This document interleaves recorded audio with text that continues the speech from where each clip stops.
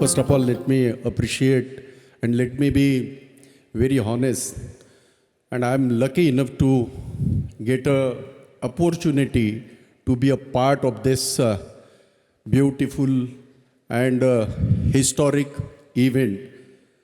And my leader, Mr. Rahul Gandhi, has sent his message, which I would like to read out in front of you. I would like to congratulate my brothers and sisters from across the country who have convened here for the first National Legislature Conference. This is a great initiative to bring together legislators across party in the country. Indian democracy is a remarkable example of society where our rich history of negotiating differences have allowed people of various faiths, ethos, and region to coexist. Our shared values of inclusion and harmony have been shaped by the vision of towering individuals from Mahatma Gandhi to Dr. B.R. Ambedkar. Great social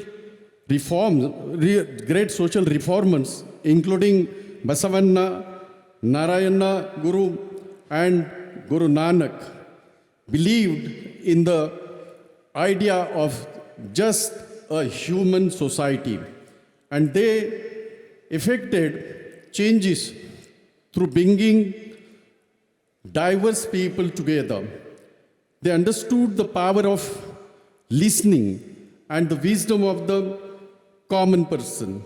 Their ability to reflect, refine, and engage even with dissenting voices were instrumental in few endeavor as a leaders.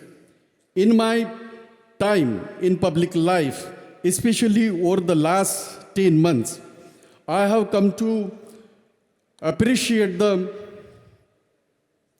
profound wisdom of active listening. During the course of the Bharat Jodo Yatra, after the first 2 weeks, we grew silent. It was in those brief encounters with thousands of people that I learned some of the most meaningful insight. In those stories of resilience, I not only saw hope, but their tremendous capacity for empathy for people different from them.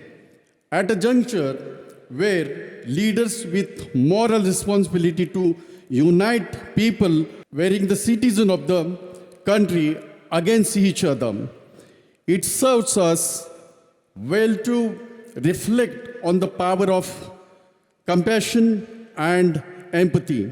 For that, as a guided visionary leaders, India's future will be shaped by the values her leader those to uphold.